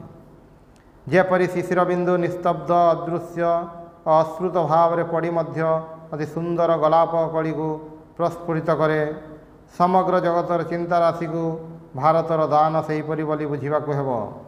नीरवरे अज्ञात सारे अथच अदम्य महाशक्ति बलरे ताहा समग्र जगतर चिंता राशि रे जुगांतर सृष्टि करिछि। तथापि केही जाने नहीं केबे एपरि हेला। मो निकटरे थरे कथा प्रसंग रे केही कहिथिले, कौनसी भारतीय प्राचीन ग्रंथकार नाम आविष्कार करने कि कठिन विषय। मु एई कथार उत्तर देली, यह भारतर भावसंगत। से माने आधुनिक ग्रंथकारगण परि नथिले, जो माने अन्यान्य ग्रंथकारगण निकटरू सेमानंकर ग्रंथर शतकड़ा 90 भाग चोरी करछंती। शतकड़ा 10 भाग मात्र सेमानंकर निजस्व, किंतु सेमाने ग्रंथर आरंभ रे गोटे भूमिका लिखि ପାଠକଙ୍କୁ କହିବା ପାଇଁ ଭୁଲନ୍ତି ନାହିଁ, ଏହି ସମସ୍ତ ମତାମତ ପାଇଁ ମୁଁ ଦାୟୀ। ଯେଉଁ ସମସ୍ତ ମହାମନୀଷୀ ମାନବ ଜାତିର ହୃଦୟରେ ଗୁରୁତର ତତ୍ତ୍ୱ ସମୂହର ଭାବ ଦେଇ ଯାଇଛନ୍ତି, ସେମାନେ ଗ୍ରନ୍ଥ ଲେଖି ସନ୍ତୁଷ୍ଟ ଥିଲେ, ମାତ୍ର ଗ୍ରନ୍ଥରେ ନିଜର ନାମ ସୁଦ୍ଧା ଦେଉନଥିଲେ। ସେମାନେ ସମାଜକୁ ସେମାନଙ୍କର ଗ୍ରନ୍ଥ ରାଶି ଉପହାର ଦେଇ ନିରବରେ ଦେହତ୍ୟାଗ କରିଥିଲେ। ଆମମାନଙ୍କ ଦର୍ଶନକାର ବା ପୁରାଣକାରମାନଙ୍କ ନାମ କିଏ ଜାଣେ? ସେମାନେ ସମସ୍ତେ ବ୍ୟାସ, କପିଳ ପ୍ରଭୃତି ଉପାଧି ମାତ୍ର ଦ୍ୱାରା ପରିଚିତ। ସେମାନେ ହିଁ ଶ୍ରୀକୃଷ୍ଣଙ୍କର ପ୍ରକୃତ ସନ୍ତାନ। ସେମାନେ ହିଁ ଯଥାର୍ଥରେ ଗୀତାର ଅନୁସରଣ କରିଛନ୍ତି। ସେମାନେ ହିଁ ଶ୍ରୀକୃଷ୍ଣଙ୍କର ସେହି ମହାନ ଉପଦେଶ କର୍ମଣ୍ୟେବାଧିକାରସ୍ତେ ମା ଫଲେଷୁ କଦାଚନ, କର୍ମରେ ହିଁ ତୁମର ଅଧିକାର, ଫଳରେ କେବେ ନୁହେଁ, ଜୀବନରେ ପାଳନ କରିଯାଇଛନ୍ତି। ଭଦ୍ର ମହୋଦୟଗଣ, ଭାରତ ଏହିପରି ସମଗ୍ର ଜଗତ ଉପରେ କାର୍ଯ୍ୟ କରୁଛି। ତେବେ ଏଥିରେ ମଧ୍ୟ ଗୋଟିଏ ବିଷୟର ଅପେକ୍ଷା ଅଛି। ବାଣିଜ୍ୟ ଦ୍ରବ୍ୟ ଯେପରି କୌଣସି ବ୍ୟକ୍ତିବିଶେଷର ନିର୍ମିତ ପଥ ଅନୁସରଣ କରି ଏକ ସ୍ଥାନରୁ ଅନ୍ୟ ସ୍ଥାନକୁ ଯାଇପାରେ, ଭାବରାଶି ସମ୍ବନ୍ଧରେ ମଧ୍ୟ ତଦ୍ରୂପ। ଭାବରାଶି ଏକ ଦେଶରୁ ଅନ୍ୟ ଦେଶକୁ ଯିବା ପୂର୍ବରୁ ଏହାର ଯିବାର ପଥ ପ୍ରସ୍ତୁତ ହେବା ଆବଶ୍ୟକ। ଏବଂ ଜଗତର ଇତିହାସରେ ଯେତେବେଳେ କୌଣସି ମହାଦିଗ୍ବିଜୟୀ ଜାତି ଉଠି ଜଗତର ବିଭିନ୍ନ ପ୍ରଦେଶକୁ ଏକ ସୂତ୍ରରେ ଗ୍ରସିତ କରିଛି, ସେତିକିବେଳେ ସେହି ମାର୍ଗ ଅବଲମ୍ବନରେ ଭାରତର ଚିନ୍ତାରାଶି ପ୍ରବାହିତ ହୋଇଛି ଏବଂ ପ୍ରତ୍ୟେକ ଜାତିର ଶିରାରେ ଶିରାରେ ପ୍ରବେଶ କରିଛି। ଦିନ ଯେତିକି ବଢ଼ୁଛି ସେତିକି ପ୍ରମାଣ ରାଶି ସଞ୍ଚିତ ହେଉଛି ଯେ ବୌଦ୍ଧମାନଙ୍କର ଜନ୍ମଗ୍ରହଣ ପୂର୍ବରୁ ମଧ୍ୟ ଭାରତୀୟ ଚିନ୍ତା ସମଗ୍ର ଜଗତରେ ପ୍ରବେଶ କରିଥିଲା। ବୌଦ୍ଧ ଧର୍ମର ଅଭ୍ୟୁଦୟ ପୂର୍ବରୁ ବେଦାନ୍ତ ଚୀନ, ପାରସ୍ୟ ଓ ପୂର୍ବ ଦ୍ୱୀପପୁଞ୍ଜରେ ପ୍ରବେଶ କରିଥିଲା। ପୁନରାୟ ଯେତେବେଳେ ମହତୀ ଗ୍ରୀକ୍ ଶକ୍ତି ପ୍ରାଚ୍ୟ ଜଗତର ସମସ୍ତ ଅଂଶକୁ ଏକ ସୂତ୍ରରେ ଆବଦ୍ଧ କଲେ, ସେତେବେଳେ ପୁଣି ସେଠାରେ ଭାରତୀୟ ଚିନ୍ତାରାଶି ପ୍ରବାହିତ ହୋଇଥିଲା। ଆଉ ଖ୍ରୀଷ୍ଟ ଧର୍ମ ତତ୍ସଂଶ୍ଳିଷ୍ଟ ଯେଉଁ ସଭ୍ୟତା ପାଇଁ ଗର୍ବ କରିଥାଏ, ତାହା ମଧ୍ୟ ଭାରତୀୟ କ୍ଷୁଦ୍ର କ୍ଷୁଦ୍ର ଚିନ୍ତାର ସଂଗ୍ରହ ବ୍ୟତୀତ ଆଉ କିଛି ନୁହେଁ। ଆମେ ସେହି ଧର୍ମର ଉପାସକ। ବୌଦ୍ଧ ଧର୍ମ ଯାହାର ବିଦ୍ରୋହୀ ସନ୍ତାନ ଏବଂ ଖ୍ରୀଷ୍ଟ ଧର୍ମ ଅତି ନଗଣ୍ୟ ଅନୁକରଣ ମାତ୍ର। ପୁଣି ଯୁଗଚକ୍ର ଘୁରୁଛି। ଏପରି ସମୟ ଆସିଛି, ଇଂଲଣ୍ଡର ଦୁର୍ଦ୍ଦଣ୍ଡ ଶକ୍ତି ଜଗତର ବିଭିନ୍ନ ଭାଗକୁ ପୁଣି ଏକତ୍ର କରିଛି। ରମ୍ୟ ପଥ ନିଚୟ ପରି ଇଂରେଜମାନଙ୍କର ପଥ କେବଳ ସ୍ଥଳ ଭାଗରେ ନିର୍ମିତ ହୋଇନାହିଁ, ଏହା ଅତଳ ସ୍ପର୍ଶୀ ସମୁଦ୍ରର ପ୍ରତ୍ୟେକ ଅଂଶ ଦେଇ ମଧ୍ୟ ଛୁଟୁଛି। ଇଂଲଣ୍ଡର ପଥ ନିଚୟ ସମୁଦ୍ରରୁ ସମୁଦ୍ରାନ୍ତରକୁ ଛୁଟିଛି। ଜଗତର ପ୍ରତ୍ୟେକ ଅଂଶ ଅନ୍ୟ ସମସ୍ତ ଅଂଶ ସହିତ ଏକତ୍ରିତ ହୋଇଛି ଏବଂ ବିଦ୍ୟୁତ୍ ଶକ୍ତି ଅଦ୍ଭୁତ ଦୂତ ରୂପେ ଅଂଶ ଗ୍ରହଣ କରୁଛି। ଏହି ସମସ୍ତ ଅନୁକୂଳ ଅବସ୍ଥା ପାଇଁ ଭାରତ ପୁଣି ଜାଗ୍ରତ ହୋଇଛି। ଜଗତର ଉନ୍ନତି ଓ ସଭ୍ୟତା ସମଷ୍ଟିକୁ ତାହାର ଯାହା ଦେୟ ଅଛି ତାହା ଦେବା ପାଇଁ ପ୍ରସ୍ତୁତ ହୋଇଛି। ଏହାର ଫଳସ୍ୱରୂପ ପ୍ରକୃତି ଯେପରି ମୋତେ ବଳପୂର୍ବକ ଇଂଲଣ୍ଡ ଓ ଆମେରିକାରେ ଧର୍ମ ପ୍ରଚାର ପାଇଁ ପ୍ରେରଣ କରିଥିଲା, ଆମ ଭିତରୁ ପ୍ରତ୍ୟେକଙ୍କର ଆଶା କରିବା ଉଚିତ ଥିଲା ଯେ ତାହାର ସମୟ ଆସିଛି। ସବୁ ଦିଗରେ ଶୁଭ ଚିହ୍ନ ଦେଖାଯାଉଛି ଏବଂ ଭାରତୀୟ ଦାର୍ଶନିକ ଓ ଆଧ୍ୟାତ୍ମିକ ଭାବରାଶି ଯାଇ ପୁଣି ସମଗ୍ର ଜଗତକୁ ଜୟ କରିବ। ସୁତରାଂ ଆମମାନଙ୍କ ଜୀବନ ସମସ୍ୟା କ୍ରମଶଃ ବୃହତ୍ତର ଆକାର ଧାରଣ କରୁଛି। ଆମମାନଙ୍କୁ କେବଳ ଯେ ଆମର ନିଜ ଦେଶକୁ ଜାଗ୍ରତ କରିବାକୁ ହେବ ତାହା ନୁହେଁ, ଏହା ତ ଅତି ସାମାନ୍ୟ କଥା। ମୁଁ ଜଣେ କଳ୍ପନାପ୍ରିୟ ଭାବୁକ ବ୍ୟକ୍ତି। ମୋର ଧାରଣା ଏହି ହିନ୍ଦୁ ଜାତି ସମଗ୍ର ଜଗତକୁ ଜୟ କରିବ। ଜଗତରେ ଅନେକ ବଡ଼ ବଡ଼ ଦିଗ୍ବିଜୟୀ ଜାତିର ସୃଷ୍ଟି ହୋଇଯାଇଛି। ଆମେ ମଧ୍ୟ ସର୍ବଦା ଦିଗ୍ବିଜୟୀ। ଆମମାନଙ୍କର ଦିଗ୍ବିଜୟ ଉପାଖ୍ୟାନ ଭାରତର ସେହି ମହାସମ୍ରାଟ ଅଶୋକ ଧର୍ମ ଓ ଆଧ୍ୟାତ୍ମିକତାର ଦିଗ୍ବିଜୟ ରୂପେ ବର୍ଣ୍ଣନା କରିଛନ୍ତି। ପୁଣି ଭାରତକୁ ଜଗତ ଜୟ କରିବାକୁ ହେବ, ଏହା ହିଁ ମୋର ଜୀବନ ସ୍ୱପ୍ନ ଏବଂ ମୁଁ ଇଚ୍ଛା କରେ ତୁମମାନଙ୍କ ମଧ୍ୟରୁ ପ୍ରତ୍ୟେକ ଯେଉଁମାନେ ମୋ କଥା ଶୁଣୁଛ, ସମସ୍ତଙ୍କ ମନରେ ଏହି କଳ୍ପନା ଜାଗ୍ରତ ହେଉ ଏବଂ ଯେତେଦିନ ତୁମେମାନେ ଏହାକୁ କାର୍ଯ୍ୟରେ ପରିଣତ କରିନପାରିଛ, ସେତେଦିନ ପର୍ଯ୍ୟନ୍ତ ଯେପରି ତୁମ କାର୍ଯ୍ୟର ବିରାମ ନ ହେଉ। ଲୋକେ ତୁମମାନଙ୍କୁ ପ୍ରତିଦିନ କହିବେ, ଆଗେ ନିଜ ଘର ସମ୍ଭାଳ, ପରେ ବିଦେଶରେ ପ୍ରଚାର କାର୍ଯ୍ୟରେ ଯିବ। କିନ୍ତୁ ମୁଁ ତୁମମାନଙ୍କୁ ଅତି ସ୍ପଷ୍ଟ ଭାଷାରେ କହୁଛି, ଯେତେବେଳେ ତୁମେମାନେ ଅନ୍ୟ ପାଇଁ କାର୍ଯ୍ୟ କର, ସେତିକିବେଳେ ହିଁ ତୁମେ ସର୍ବୋତ୍ତମ କାର୍ଯ୍ୟ କରିଥାଅ। ଯେତେବେଳେ ତୁମେମାନେ ଅନ୍ୟ ପାଇଁ କାର୍ଯ୍ୟ କରିଥାଅ, ବୈଦେଶିକ ଭାଷାରେ ସମୁଦ୍ର ସେପାରିରେ ତୁମମାନଙ୍କର ଭାବ ବିସ୍ତାରର ଚେଷ୍ଟା କର। ସେତେବେଳେ ତୁମେ ନିଜ ପାଇଁ ସର୍ବୋତ୍ତମ କାର୍ଯ୍ୟ କରୁଛ।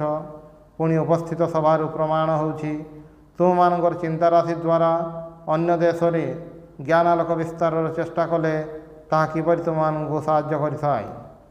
ଯଦି ମୁଁ ଭାରତରେ ହିଁ ମୋର କାର୍ଯ୍ୟକ୍ଷେତ୍ର ସୀମାବଦ୍ଧ ରଖିଥାନ୍ତି ତାହେଲେ ଇଂଲଣ୍ଡ ଓ ଆମେରିକାକୁ ଯିବା ଯୋଗୁଁ ଯେଉଁ ଫଳ ହୋଇଛି ତାହାର 1/4 ମଧ୍ୟ ହୋଇନଥାନ୍ତା। ଏହା ହିଁ ଆମ ସମ୍ମୁଖରେ ମହାନ ଆଦର୍ଶ ଓ ପ୍ରତ୍ୟେକଙ୍କୁ ଏଥିପାଇଁ ପ୍ରସ୍ତୁତ ହେବାକୁ ପଡ଼ିବ। ଭାରତ ଦ୍ୱାରା ସମଗ୍ର ଭାରତର ବିଜୟ କୌଣସି ମତେ ଏଥିରୁ କିଛି କମ୍ ନୁହେଁ। ଆଉ ଆମମାନଙ୍କ ମଧ୍ୟରୁ ସମସ୍ତଙ୍କୁ ଏଥିପାଇଁ ପ୍ରସ୍ତୁତ ହେବାକୁ ପଡ଼ିବ। ଏଥିପାଇଁ ପ୍ରାଣପଣ କରିବାକୁ ହେବ। ବୈଦେଶିକମାନେ ଆସି ସେମାନଙ୍କ ସୈନ୍ୟଦଳ ଦ୍ୱାରା ଭାରତକୁ ପ୍ଳାବିତ କରିଦିଅନ୍ତୁ, କିଛି ପରବାୟ ନାହିଁ। ଉଠ ଭାରତ, ତୁମର ଆଧ୍ୟାତ୍ମିକତା ଦ୍ୱାରା ଜଗତ ବିଜୟ ହାସଲ କର। ଆହା, ଏହି ଦେଶରେ ହିଁ ଏକଥା ପ୍ରଥମେ ଉଚ୍ଚାରିତ ହୋଇଥିଲା। ଘୃଣା ଦ୍ୱାରା ଘୃଣାକୁ ଜୟ କରାଯାଏ ନାହିଁ, ପ୍ରେମ ଦ୍ୱାରା ହିଁ ଅନ୍ୟକୁ ଜୟ କରାଯାଏ। ଆମମାନଙ୍କୁ ତାହା ହିଁ କରିବାକୁ ପଡ଼ିବ। ଜଡ଼ବାଦ ଓ ତାହାର ଆନୁଷଙ୍ଗିକ ଦୁଃଖ ନିଚୟକୁ ଜଡ଼ବାଦ ଦ୍ୱାରା ଜୟ କରାଯାଏ ନାହିଁ। ଯେତେବେଳେ ଦଳେ ସୈନ୍ୟ ଅନ୍ୟ ଦଳେ ସୈନ୍ୟଙ୍କୁ ବାହୁବଳରେ ଜୟ କରିବା ପାଇଁ ଚେଷ୍ଟା କରନ୍ତି ସେତେବେଳେ ସେମାନେ ମାନବ ଜାତିକୁ ପଶୁରେ ପରିଣତ କରିଦିଅନ୍ତି। କ୍ରମଶଃ ଏହିପରି ପଶୁ ସଂଖ୍ୟା ବଢ଼ି ଚାଲେ। ଆଧ୍ୟାତ୍ମିକତା ଅବଶ୍ୟ ପାଶ୍ଚାତ୍ୟ ଦେଶକୁ ଜୟ କରିବ। ଧୀରେ ଧୀରେ ସେମାନେ ବୁଝୁଛନ୍ତି ଯେ ଜାତି ରୂପେ ସେମାନେ ଯଦି ବଞ୍ଚିବାକୁ ଚାହାନ୍ତି ତେବେ ସେମାନଙ୍କୁ ଆଧ୍ୟାତ୍ମିକ ଭାବ ସମ୍ପନ୍ନ ହେବାକୁ ପଡ଼ିବ। ସେମାନେ ଏଥିପାଇଁ ଅପେକ୍ଷା କରୁଛନ୍ତି। ସେମାନେ ଏଥିପାଇଁ ଉତ୍ସୁକ ହୋଇ ରହିଛନ୍ତି। କେଉଁଠାରୁ ତାହା ଆସିବ? ଭାରତୀୟ ମହାନ ଋଷିଗଣଙ୍କର ଭାବରାଶି ବହନ କରି ଜଗତର ପ୍ରତ୍ୟେକ ଦେଶକୁ ଯିବା ପାଇଁ ପ୍ରସ୍ତୁତ ଲୋକ କାହାନ୍ତି? ଏହି ମଙ୍ଗଳବାର୍ତ୍ତା ଯେପରି ଜଗତରେ ପ୍ରତ୍ୟେକ ଗଡ଼ିକନ୍ଦିରେ ପହଞ୍ଚେ ସେଥିପାଇଁ ସର୍ବତ୍ୟାଗ କରିବାକୁ ପ୍ରସ୍ତୁତ ଲୋକ କାହାନ୍ତି? ସତ୍ୟ ପ୍ରଚାରର ସାହାଯ୍ୟ ପାଇଁ ଏହିପରି ବୀର ହୃଦୟ ବ୍ୟକ୍ତିଗଣଙ୍କର ପ୍ରୟୋଜନ। ବିଦେଶକୁ ଯାଇ ବେଦାନ୍ତର ଏହି ମହାନ ତତ୍ତ୍ୱ ସମୂହ ପ୍ରଚାର ପାଇଁ ବୀର ହୃଦୟ କର୍ମୀଗଣଙ୍କର ପ୍ରୟୋଜନ ଅଛି। ଏହା ନହେଲେ ଜଗତ ବିନାଶ ପ୍ରାପ୍ତ ହେବ। ସମସ୍ତ ପାଶ୍ଚାତ୍ୟ ଜଗତ ଯେପରି ଗୋଟିଏ ଆଗ୍ନେୟଗିରି ଉପରେ ଅବସ୍ଥିତ। କାଲି ଏହା ଫାଟି ତାହାକୁ ଚୂର୍ଣ୍ଣ ବିଚୂର୍ଣ୍ଣ କରିଦେଇପାରେ।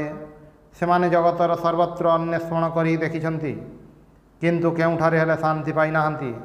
ସେମାନେ ସୁଖର ପିଆଲା ପ୍ରାଣ ଭରି ପାନ କରିଛନ୍ତି, କିନ୍ତୁ ସେଥିରେ ତୃପ୍ତ ହୋଇନାହାନ୍ତି। ବର୍ତ୍ତମାନ ଏପରି କାର୍ଯ୍ୟ କରିବାର ସମୟ ଯାହାଦ୍ୱାରା ଭାରତର ଆଧ୍ୟାତ୍ମିକ ଭାବ ସମୂହ ପାଶ୍ଚାତ୍ୟ ଦେଶ ଭିତରେ ଗଭୀର ଭାବରେ ପ୍ରବେଶ କରିପାରେ। ଅତଏବ ହେ ମାଡ୍ରାସବାସୀ ଯୁବକଗଣ, ମୁଁ ତୁମମାନଙ୍କୁ ଏହା ବିଶେଷ ଭାବରେ ସ୍ମରଣ ରଖିବାକୁ କହୁଛି। ଆମମାନଙ୍କୁ ବିଦେଶକୁ ଯିବାକୁ ହେବ। ଆଧ୍ୟାତ୍ମିକତା ଓ ଦାର୍ଶନିକ ଚିନ୍ତା ସାହାଯ୍ୟରେ ଆମମାନଙ୍କୁ ଜଗତ ଜୟ କରିବାକୁ ହେବ। ଏହା ବ୍ୟତୀତ ଅନ୍ୟ ଗତି ନାହିଁ। ଏହା କରିବାକୁ ହେବ, ନଚେତ୍ ମୃତ୍ୟୁ ସୁନିଶ୍ଚିତ। ଜାତୀୟ ଜୀବନକୁ ଦିନେ ଯେଉଁ ଜାତୀୟ ଜୀବନ ସତେଜ ଥିଲା ତାହାକୁ ପୁନରାୟ ସତେଜ କରିବାକୁ ହେଲେ ଭାରତୀୟ ଚିନ୍ତାରାଶି ଦ୍ୱାରା ଜଗତ ଜୟ କରିବାକୁ ହେବ। ପକ୍ଷାନ୍ତରେ ଆମମାନଙ୍କୁ ଏହା ମଧ୍ୟ ଭୁଲିଗଲେ ଚଳିବ ନାହିଁ ଯେ ଆଧ୍ୟାତ୍ମିକ ଚିନ୍ତା ଦ୍ୱାରା ଜଗତ ବିଜୟ ଅର୍ଥରେ ମୁଁ ଜୀବନପ୍ରଦ ତତ୍ତ୍ୱ ସମୂହର ପ୍ରଚାରକୁ ଲକ୍ଷ୍ୟ କରୁଛି। ଶତ ଶତ ଶତାବ୍ଦୀ ଧରି ଆମେ ଯେଉଁ ଶତ ଶତ କୁସଂସ୍କାରକୁ ଆଲିଙ୍ଗନ କରି ରହିଛୁ ସେଗୁଡ଼ିକ ନୁହେଁ। ସେହି ବାଳୁଙ୍ଗା ଗୁଡ଼ିକୁ ଏହି ଭାରତ ଭୂମିରୁ ସମୂଳ ଉତ୍ପାଟିତ କରିବାକୁ ହେବ। ଯେପରି ଏସବୁ ଏକାବେଳକେ ନିଶ୍ଚିହ୍ନ ହୋଇଯିବ। ଏଗୁଡ଼ିକ ଜାତୀୟ ଅବନତିର କାରଣ ସ୍ୱରୂପ। ଏଗୁଡ଼ିକ ଦ୍ୱାରା ହିଁ ମସ୍ତିଷ୍କର ନିର୍ବୀର୍ଯ୍ୟତା ଆସିଥାଏ। ଆମମାନଙ୍କୁ ସାବଧାନ ହେବାକୁ ପଡ଼ିବ ଯେପରି ଆମମାନଙ୍କ ମସ୍ତିଷ୍କ ଉଚ୍ଚ ଓ ମହତ୍ ଚିନ୍ତା ଧାରଣ ପାଇଁ ଅକ୍ଷମ ହୋଇ ନ ପଡ଼େ। ସେଗୁଡ଼ିକ ଯେପରି ମୌଳିକତା ନ ହରାଏ, ତାହା ଯେପରି ନିସ୍ତେଜ ହୋଇ ନଯାଏ। ଏହା ଯେପରି ଧର୍ମ ନାମରେ ସବୁ ପ୍ରକାର କ୍ଷୁଦ୍ର କ୍ଷୁଦ୍ର କୁସଂସ୍କାରରେ ବିଷାକ୍ତ ହୋଇ ନ ପଡ଼େ। ତୁମମାନଙ୍କର ଏଠାରେ ଏହି ଭାରତରେ କେତେକ ବିପଦ ଆମ ସମ୍ମୁଖରେ ରହିଛି। ଏଗୁଡ଼ିକ ମଧ୍ୟରେ ଗୋଟିଏ ଦିଗରେ ଘୋର ଜଡ଼ବାଦ, ଅନ୍ୟ ଦିଗରେ ଏହାର ପ୍ରତିକ୍ରିୟା ସ୍ୱରୂପ ଘୋର କୁସଂସ୍କାର।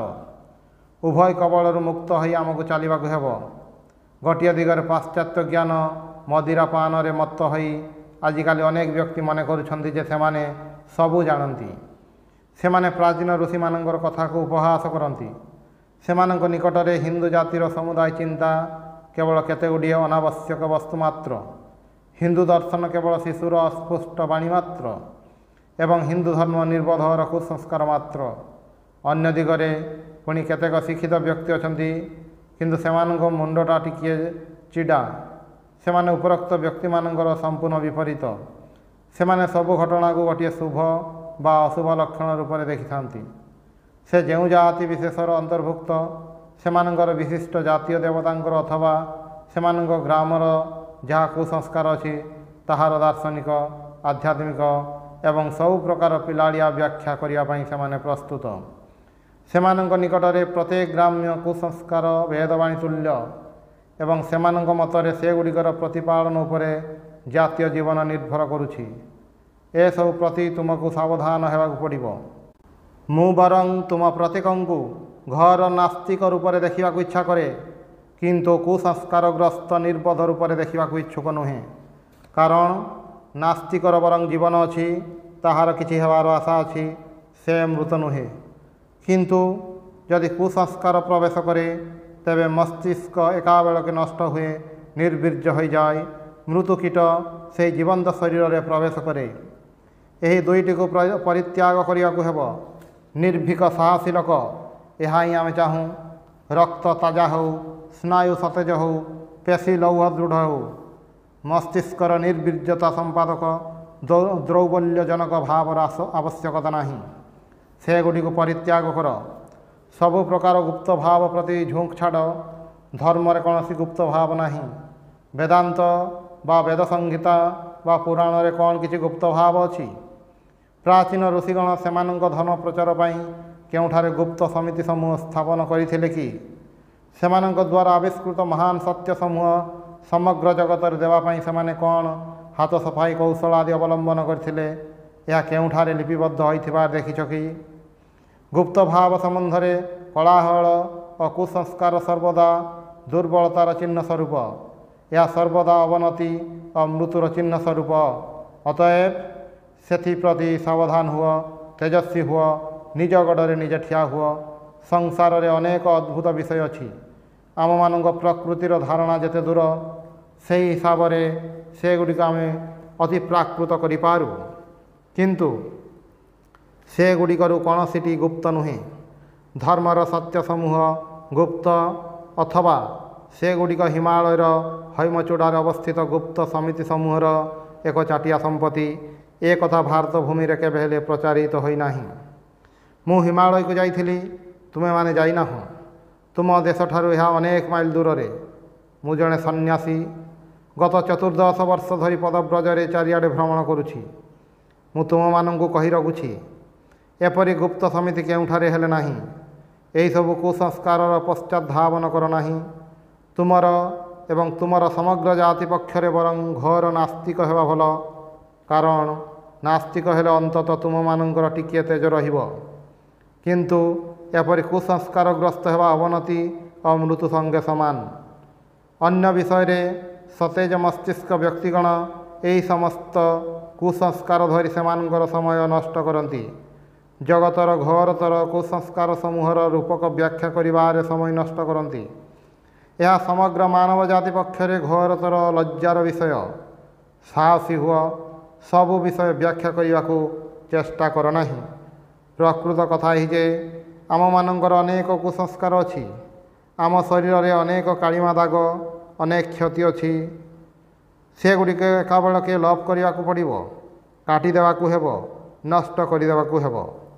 କିନ୍ତୁ ସେଥିରେ ଆମମାନଙ୍କର ଧର୍ମ, ଆମମାନଙ୍କର ଆଧ୍ୟାତ୍ମିକତା, ଆମମାନଙ୍କ ଜାତୀୟ ଜୀବନ କିଛି ମାତ୍ର ନଷ୍ଟ ହେବ ନାହିଁ। ଧର୍ମର ମୂଳ ତତ୍ତ୍ୱ ଗୁଡ଼ିକ ଏଥିରେ ଅକ୍ଷତ ରହିବ। ପୁଣି ଯେତିକି ଏହି କାଳିମା ଦାଗ ଗୁଡ଼ିକ ନିଶ୍ଚିହ୍ନ ହେବ, ସେତିକି ମୂଳ ତତ୍ତ୍ୱ ଗୁଡ଼ିକ ଆହୁରି ଉଜ୍ଜ୍ୱଳତର ଭାବରେ ସତେଜ ଭାବରେ ପ୍ରକାଶିତ ହେବ। ଏହି ତତ୍ତ୍ୱ ଗୁଡ଼ିକୁ ଧରି ରଖ। ତୁମେମାନେ ଶୁଣିଛ, ଜଗତରେ ପ୍ରତ୍ୟେକ ଧର୍ମ ନିଜକୁ ସାର୍ବଭୌମ ଧର୍ମ ବୋଲି ଦାବି କରିଥାଏ। ପ୍ରଥମତଃ ମୁଁ କହିବାକୁ ଚାହେଁ ଯେ ସମ୍ଭବତଃ କୌଣସି ଧର୍ମ କୌଣସି ସମୟରେ ସାର୍ବଭୌମ ଧର୍ମ ରୂପେ ପରିଗଣିତ ହେବ ନାହିଁ। କିନ୍ତୁ ଯଦି କୌଣସି ଧର୍ମର ଏହି ଦାବି କରିବାର ଅଧିକାର ଥାଏ, ଯେବେ ଆମମାନଙ୍କ ଧର୍ମ ହିଁ କେବଳ ଏହି ନାମର ଯୋଗ୍ୟ ହୋଇପାରେ, ଅନ୍ୟ କୌଣସି ଧର୍ମ ନୁହେଁ। କାରଣ ଅନ୍ୟ ସମସ୍ତ ଧର୍ମ କୌଣସି ବ୍ୟକ୍ତିବିଶେଷ ବା ବ୍ୟକ୍ତିଗଣଙ୍କ ଉପରେ ନିର୍ଭର କରେ। ଅନ୍ୟାନ୍ୟ ସମସ୍ତ ଧର୍ମ କୌଣସି ତଥାକଥିତ ଐତିହାସିକ ବ୍ୟକ୍ତିଙ୍କର ଜୀବନ ସହିତ ଜଡ଼ିତ। ସେମାନେ ମନେ କରନ୍ତି ଏହି ଐତିହାସିକତା ସେମାନଙ୍କ ଧର୍ମର ଦୃଢ଼ତା ବିଧାୟକ, କିନ୍ତୁ ବାସ୍ତବିକ ସେମାନେ ଯାହାକୁ ସବଳତା ବୋଲି ମନେ କରନ୍ତି ତାହା ହିଁ ପ୍ରକୃତ ପକ୍ଷରେ ଦୁର୍ବଳତା। କାରଣ ଯଦି ସେହି ବ୍ୟକ୍ତିଙ୍କର ଐତିହାସିକତା ଅପ୍ରମାଣ କରାଯାଏ ତେବେ ସେମାନଙ୍କ ଧର୍ମ ରୂପକ ପ୍ରାସାଦ ଏକାବେଳକେ ଭୂମିସାତ ହୋଇଯାଏ। ଏହି ଧର୍ମ ସଂସ୍ଥାପକ ବଡ଼ ବଡ଼ ମହାପୁରୁଷଗଣଙ୍କ ଜୀବନର ଅର୍ଦ୍ଧେକ ଘଟଣା ମିଥ୍ୟା ବୋଲି ପ୍ରମାଣିତ ହୋଇଛି ଏବଂ ଅବଶିଷ୍ଟ ଅର୍ଦ୍ଧେକରେ ବିଶେଷ ଭାବରେ ସନ୍ଦେହ ଆରୋପିତ ହୋଇଛି। ସୁତରାଂ ଯେଉଁ ସମସ୍ତ ସତ୍ୟର କେବଳ ସେମାନଙ୍କ କଥା ଉପରେ ପ୍ରାମାଣ୍ୟ ଥିଲା ସେଗୁଡ଼ିକ ପୁଣି ଶୂନ୍ୟରେ ବିଲୀନ ହୋଇଯିବାର ଉପକ୍ରମ ହେଉଛି। ଆମ ଧର୍ମରେ ଯଦିଓ ମହାପୁରୁଷଙ୍କ ସଂଖ୍ୟା ଯଥେଷ୍ଟ, କିନ୍ତୁ ଆମ ଧର୍ମର ସତ୍ୟସମୂହ ସେମାନଙ୍କ କଥା ଉପରେ ନିର୍ଭର କରେ ନାହିଁ। କୃଷ୍ଣଙ୍କର କୃଷ୍ଣତ୍ୱ ଯୋଗୁଁ ମାହାତ୍ମ୍ୟ ନାହିଁ। ସେ ବେଦାନ୍ତର ଜଣେ ମହାନ ଆଚାର୍ଯ୍ୟ ବୋଲି ତାଙ୍କର ମାହାତ୍ମ୍ୟ।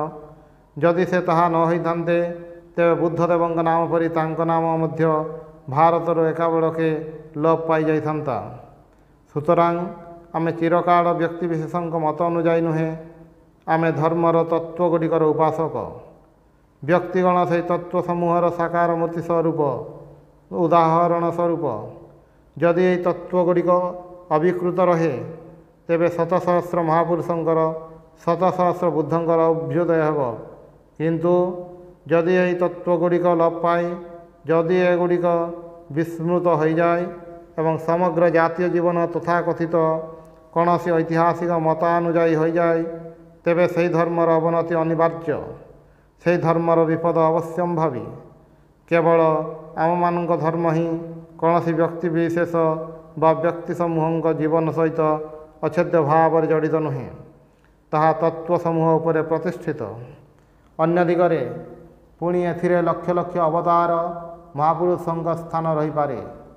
ନୂତନ ଅବତାର ବା ନୂତନ ମହାପୁରୁଷଙ୍କର ମଧ୍ୟ ଆମ ଧର୍ମରେ ସ୍ଥାନ ରହିପାରେ, କିନ୍ତୁ ସେମାନେ ପ୍ରତ୍ୟେକ ସେହି ତତ୍ତ୍ୱ ସମୂହର ଜୀବନ୍ତ ଉଦାହରଣ ସ୍ୱରୂପ ହୋଇ ରହିବେ। ଏହି କଥାଟି ଭୁଲିଗଲେ ଚଳିବ ନାହିଁ।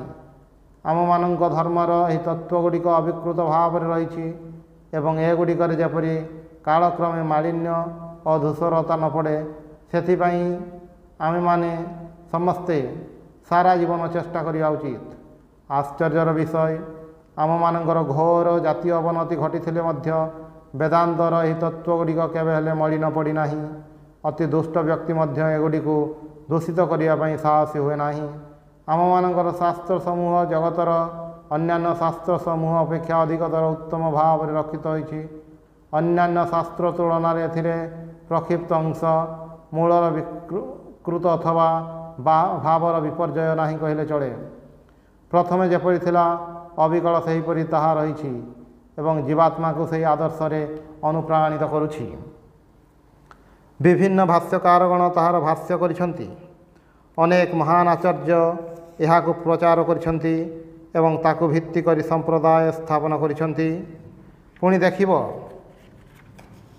ଏହି ବେଦଗ୍ରନ୍ଥରେ ଏପରି ଅନେକ ଗୁଡ଼ିଏ ତତ୍ତ୍ୱ ଅଛି ଯେଉଁଗୁଡ଼ିକ ଆପାତ ଦୃଷ୍ଟିରେ ବିରୋଧୀ ବୋଲି ପ୍ରତୀତ ହେବ। କେତେ ଗୁଡ଼ିଏ ଶ୍ଳୋକ ସମ୍ପୂର୍ଣ୍ଣ ଦ୍ୱୈତବାଦାତ୍ମକ, ଅନ୍ୟ ଗୁଡ଼ିକ ପୁଣି ସମ୍ପୂର୍ଣ୍ଣ ଅଦ୍ୱୈତ ଭାବ ଦ୍ୟୋତକ। ଦ୍ୱୈତବାଦୀ ଭାଷ୍ୟକାର ଦ୍ୱୈତବାଦ ବ୍ୟତୀତ ଆଉ କିଛି ବୁଝିପାରନ୍ତି ନାହିଁ।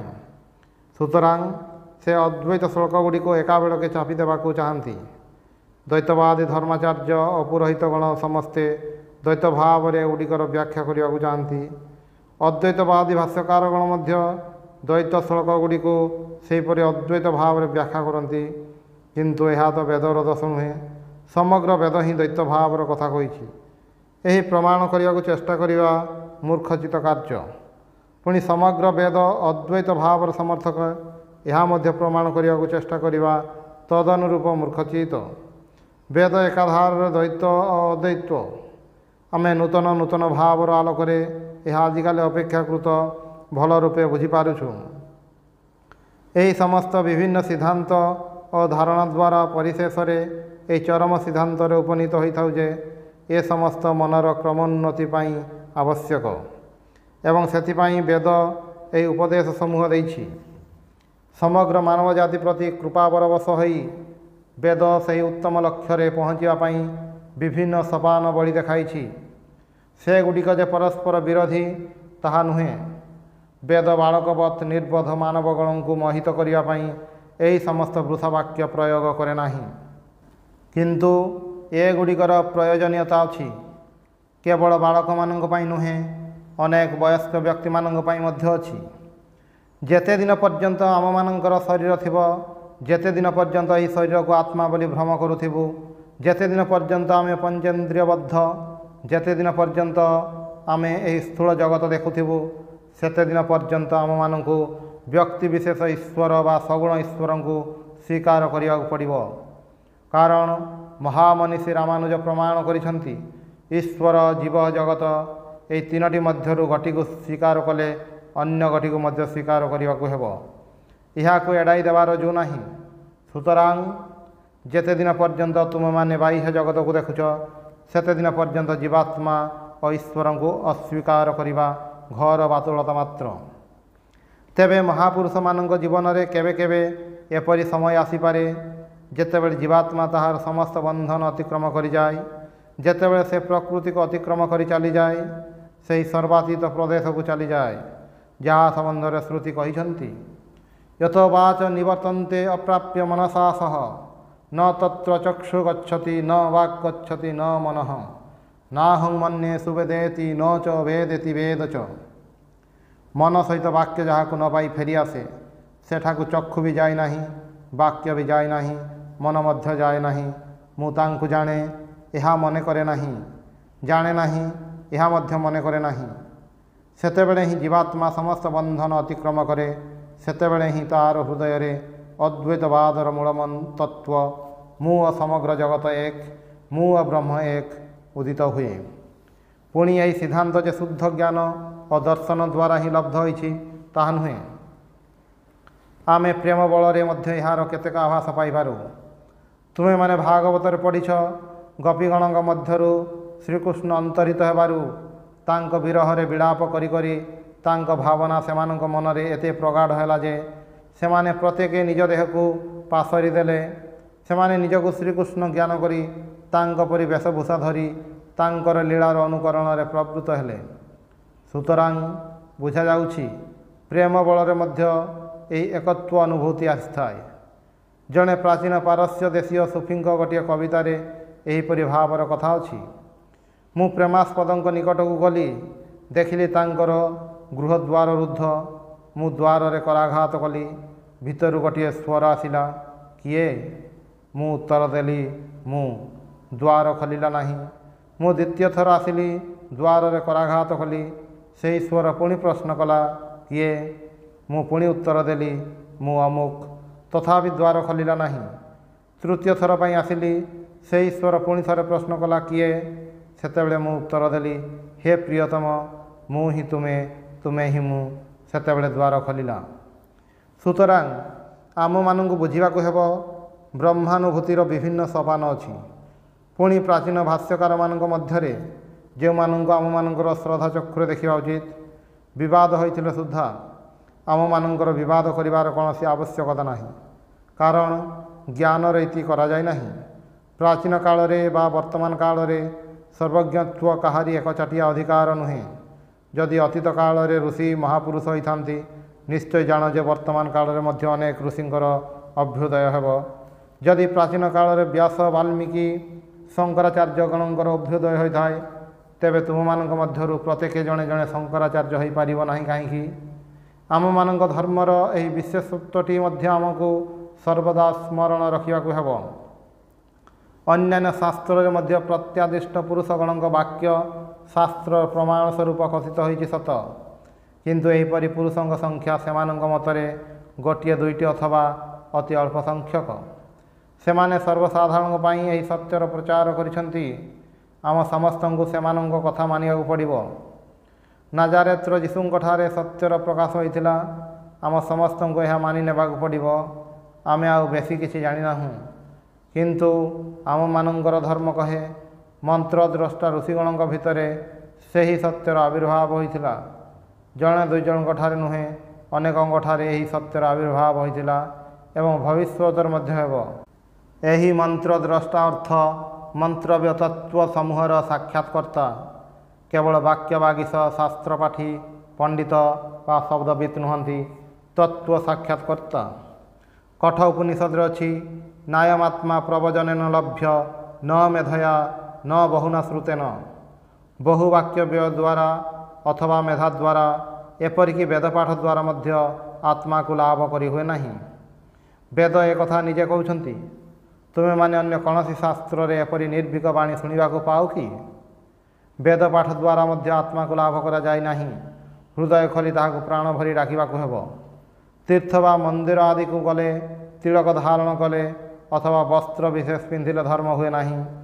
ତୁମେ ଦେହକୁ ଚିତ୍ର ବିଚିତ୍ର କରି ଚିତାବାଘ ସାଜି ବସି ରହିପାର, କିନ୍ତୁ ଯେତେଦିନ ପର୍ଯ୍ୟନ୍ତ ତୁମର ହୃଦୟ ନ ଖୋଲୁଛି, ଯେତେଦିନ ପର୍ଯ୍ୟନ୍ତ ଭଗବାନଙ୍କୁ ଉପଲବ୍ଧି ନ କରୁଛ, ସେତେଦିନ ପର୍ଯ୍ୟନ୍ତ ସବୁ ବୃଥା। ହୃଦୟକୁ ଯଦି ରଙ୍ଗାଇ ପାର, ତେବେ ଆଉ ବାହାରର ରଙ୍ଗ ଆବଶ୍ୟକ ହୁଏ ନାହିଁ। ଧର୍ମକୁ ସାକ୍ଷାତ କଲେ ହିଁ କାର୍ଯ୍ୟ ହେବ। ବାହାରର ରଙ୍ଗ ଆଡ଼ମ୍ବର ଆଦି ଯେ ପର୍ଯ୍ୟନ୍ତ ଆମର ଧର୍ମ ଜୀବନକୁ ସାହାଯ୍ୟ କରେ, ସେ ପର୍ଯ୍ୟନ୍ତ ସେଗୁଡ଼ିକର ଉପଯୋଗିତା ଅଛି, ସେ ପର୍ଯ୍ୟନ୍ତ ସେଗୁଡ଼ିକ ଥାଉ, କ୍ଷତି ନାହିଁ। କିନ୍ତୁ ସେଗୁଡ଼ିକ ପୁଣି ଅନେକ ସମୟରେ କେବଳ ଅନୁଷ୍ଠାନରେ ପର୍ଯ୍ୟବସିତ ହୋଇଥାଏ। ସେତେବେଳେ ସେଗୁଡ଼ିକ ଧର୍ମ ଜୀବନରେ ସାହାଯ୍ୟ ନ କରି ବରଂ ବିଘ୍ନ ଘଟାଏ। ଲୋକେ ଏହି ବାହ୍ୟ ଅନୁଷ୍ଠାନଗୁଡ଼ିକ ସହିତ ଧର୍ମକୁ ସମାନ କରି ବସନ୍ତି। ସେତେବେଳେ ମନ୍ଦିରକୁ ଯିବା ଓ ପୁରୋହିତକୁ କିଛି ଦେବା ଧର୍ମ ଜୀବନ ସହିତ ସମାନ ହୋଇ ଠିଆ ହୁଏ। ଏଗୁଡ଼ିକ ଅନିଷ୍ଟକର। ଏହା ଯେପରି ନିବାରିତ ହୁଏ, ତାହା କରିବା ଉଚିତ। ଆମମାନଙ୍କର ଶାସ୍ତ୍ର ବାରମ୍ବାର କହେ, ଧର୍ମ କେବେ ହେଲେ ବହିରିନ୍ଦ୍ରିୟର ଜ୍ଞାନ ଦ୍ୱାରା ଲଭ୍ୟ ନୁହେଁ। ତାହା ହିଁ ଧର୍ମ, ଯାହା ଆମମାନଙ୍କୁ ସେହି ଅକ୍ଷର ପୁରୁଷଙ୍କର ସାକ୍ଷାତକାର କରାଏ। ଏହି ଧର୍ମ ସମସ୍ତଙ୍କ ପାଇଁ। ଯିଏ ସେହି ଅତୀନ୍ଦ୍ରିୟ ସତ୍ୟର ସାକ୍ଷାତକାର କରିଛନ୍ତି, ଯିଏ ଆତ୍ମାର ସ୍ୱରୂପ ଉପଲବ୍ଧି କରିଛନ୍ତି, ଯିଏ ଭଗବାନଙ୍କୁ ପ୍ରତ୍ୟକ୍ଷ ଭାବରେ ଦେଖିଛନ୍ତି, ତାହାଙ୍କୁ ସର୍ବଭୂତରେ ପ୍ରତ୍ୟକ୍ଷ କରିଛନ୍ତି, ସେ କେବଳ ଋଷି ହୋଇଛନ୍ତି। ସହସ୍ର ବର୍ଷ ପୂର୍ବେ ଯିଏ ଏହିପରି ଉପଲବ୍ଧି କରିଛନ୍ତି, ସେ ଯେପରି ଋଷି, ସହସ୍ର ବର୍ଷ ପରେ ଯିଏ ଏପରି ଉପଲବ୍ଧି କରିବେ, ସେ ମଧ୍ୟ ସେହିପରି ଋଷି। ଆଉ ଯେତେଦିନ ପର୍ଯ୍ୟନ୍ତ ତୁମେ ଋଷି ନ ହୋଇଛ, ସେତେଦିନ ପର୍ଯ୍ୟନ୍ତ ତୁମମାନଙ୍କର ଧର୍ମ ଜୀବନ ଲାଭ ହେବ ନାହିଁ। ସେତିକିବେଳେ ତୁମମାନଙ୍କର ପ୍ରକୃତ ଧର୍ମ ଆରମ୍ଭ ହେବ। ବର୍ତ୍ତମାନ କେବଳ ପ୍ରସ୍ତୁତ ହେଉଛ ମାତ୍ର। ସେତିକିବେଳେ ହିଁ ତୁମମାନଙ୍କ ଭିତରେ ଧର୍ମର ପ୍ରକାଶ ହେବ। ବର୍ତ୍ତମାନ କେବଳ ମାନସିକ ବ୍ୟାୟାମ ଓ ଶାରୀରିକ ଯନ୍ତ୍ରଣା ଭୋଗ କରୁଛ ମାତ୍ର। ଅତଏବ ଆମମାନଙ୍କୁ ସ୍ମରଣ ରଖିବାକୁ ହେବ। ଆମମାନଙ୍କ ଧର୍ମ ସ୍ପଷ୍ଟ ଭାଷାରେ କହୁଛି, ଯେ କେହି ମୁକ୍ତି ଲାଭ କରିବାକୁ ଚାହେଁ, ତାହାକୁ ଏହି ଋଷିତ୍ୱ ଲାଭ କରିବାକୁ ପଡ଼ିବ, ମନ୍ତ୍ର ଦ୍ରଷ୍ଟା ହେବାକୁ ପଡ଼ିବ, ଈଶ୍ୱର ଦର୍ଶନ କରିବାକୁ ହେବ। ଏହା ହିଁ ମୁକ୍ତି। ଯଦି ଏହା ଆମ ଶାସ୍ତ୍ରର ସିଦ୍ଧାନ୍ତ ହୁଏ, ତେବେ ବୁଝାଯାଉଛି ଯେ ଆମେ ନିଜେ ନିଜେ ହିଁ ଅତି ସହଜରେ ଆମମାନଙ୍କ ଶାସ୍ତ୍ର ବୁଝିପାରିବୁ, ନିଜେ ନିଜେ ତାହାର ଅର୍ଥ ବୁଝିପାରିବୁ। ସେଥିମଧ୍ୟରୁ ଯେତିକି ଆମର ଆବଶ୍ୟକ, ତାହା ଆମେ ଗ୍ରହଣ କରିପାରିବୁ। ନିଜେ ନିଜେ ହିଁ ସତ୍ୟ ବୁଝିପାରିବୁ। ଏହା କରିବାକୁ ହେବ। ପୁଣି ପ୍ରାଚୀନ ଋଷିଗଣ ଯାହା କରିଯାଇଛନ୍ତି, ସେଥିପାଇଁ ଆମମାନଙ୍କୁ ସେମାନଙ୍କ ପ୍ରତି ସମ୍ମାନ ଦେଖାଇବାକୁ ହେବ। ଏହି ପ୍ରାଚୀନ ଋଷିଗଣ ମହାପୁରୁଷ ଥିଲେ, କିନ୍ତୁ ଆମେ ଆହୁରି ବଡ଼ ହେବାକୁ ଚାହୁଁ। ସେମାନେ ଅତୀତ କାଳରେ ବଡ଼ ବଡ଼ କାର୍ଯ୍ୟ କରିଛନ୍ତି, କିନ୍ତୁ ଆମମାନଙ୍କୁ ସେମାନଙ୍କ ଅପେକ୍ଷା ମଧ୍ୟ ବଡ଼ ବଡ଼ କାର୍ଯ୍ୟ କରିବାକୁ ହେବ। ପ୍ରାଚୀନ ଭାରତରେ ଶତ ଶତ ଋଷି ଥିଲେ, ବର୍ତ୍ତମାନ ଲକ୍ଷ ଲକ୍ଷ ଋଷି ହେବେ, ନିଶ୍ଚୟ ହେବେ। ତୁମେମାନେ ପ୍ରତ୍ୟେକ ଯେତେ ଶୀଘ୍ର ଏହା ବିଶ୍ୱାସ କରିବ, ଭାରତ ପକ୍ଷରେ ଓ ସମଗ୍ର ଜଗତ ପକ୍ଷରେ ତାହା ସେତିକି କଲ୍ୟାଣକର। ତୁମେମାନେ ଯାହା ବିଶ୍ୱାସ କରିବ, ତାହା ହିଁ ତୁମେ ହେବ। ତୁମେମାନେ ଯଦି ନିଜ ନିଜକୁ ନିର୍ଭୀକ ବୋଲି ବିଶ୍ୱାସ କର, ତେବେ ତୁମେମାନେ ମଧ୍ୟ ନିର୍ଭୀକ ହେବ। ଯଦି ନିଜ ନିଜକୁ ସାଧୁ ବୋଲି ବିଶ୍ୱାସ କର, କାଲି ତୁମେ ସାଧୁ ରୂପେ ପରିଣତ ହେବ। କିଛି ହିଁ ତୁମକୁ ବାଧା ଦେଇପାରିବ ନାହିଁ। କାରଣ ଆମମାନଙ୍କର ଆପାତ ବିରୋଧୀ ସମ୍ପ୍ରଦାୟ ସମୂହ ମଧ୍ୟରେ ଯଦି ଗୋଟିଏ ସାଧାରଣ ମତ ଥାଏ, ତାହା ହେଲା ଏହି ଆତ୍ମାଙ୍କ ମଧ୍ୟରେ ପ୍ରଥମରୁ ଥିବା ମହିମା, ତେଜ ଓ ପବିତ୍ରତା। କେବଳ ରାମାନୁଜଙ୍କ ମତରେ ଆତ୍ମା ସମୟ ସମୟ ସଂକୁଚିତ ହୁଅନ୍ତି ଏବଂ ସମୟ ସମୟ ବିକାଶ ପ୍ରାପ୍ତ ହୋଇଥାନ୍ତି। ପୁଣି ଶଙ୍କରଙ୍କ ମତରେ ଏହି ସଂକୋଚ ବିକାଶ ଭ୍ରମ ମାତ୍ର। ଏହି ପ୍ରଭେଦ ଥାଉ, କିନ୍ତୁ ସମସ୍ତେ ତ ସ୍ୱୀକାର କରୁଛନ୍ତି, ବ୍ୟକ୍ତ ହେଉ ବା ଅବ୍ୟକ୍ତ ହେଉ, ଯେକୌଣସି ଆକାରରେ ଏହି ଶକ୍ତି ରହିଛି। ପୁଣି ଯେତେ ଶୀଘ୍ର ଏହାକୁ ବିଶ୍ୱାସ କରାଯିବ ସେତେ ଶୀଘ୍ର ତୁମମାନଙ୍କର କଲ୍ୟାଣ ହେବ। ସବୁ ଶକ୍ତି ତୁମ ଭିତରେ ରହିଛି। ତୁମେମାନେ ସବୁ କିଛି କରିପାର, ଏହା ବିଶ୍ୱାସ କର। ଯଦି ବିଶ୍ୱାସ ନ କର ତେବେ ତୁମେମାନେ ଦୁର୍ବଳ। ଆଜିକାଲି ଆମେ ଯେପରି ନିଜ ନିଜକୁ ଅର୍ଦ୍ଧପାଗଳ ବୋଲି ମନେ କରୁ ସେପରି ବିଶ୍ୱାସ କର ନାହିଁ। ତୁମେମାନେ ଅନ୍ୟର ବିନା ସାହାଯ୍ୟରେ ମଧ୍ୟ ସବୁ କରିପାରିବ। ସବୁ ଶକ୍ତି ତୁମ ମଧ୍ୟରେ ରହିଛି। ଉଠି ଠିଆ ହୁଅ ଏବଂ ତୁମମାନଙ୍କ ଭିତରେ ଯେଉଁ ଅଧୀଶ୍ୱରତ୍ୱ ଲୁକାୟିତ ରହିଛି ତାହାକୁ ପ୍ରକାଶ କର। ଓମ୍ ଶାନ୍ତି ଶାନ୍ତି ଶାନ୍ତି। ହରି ଓମ୍ ତତ୍ସତ୍।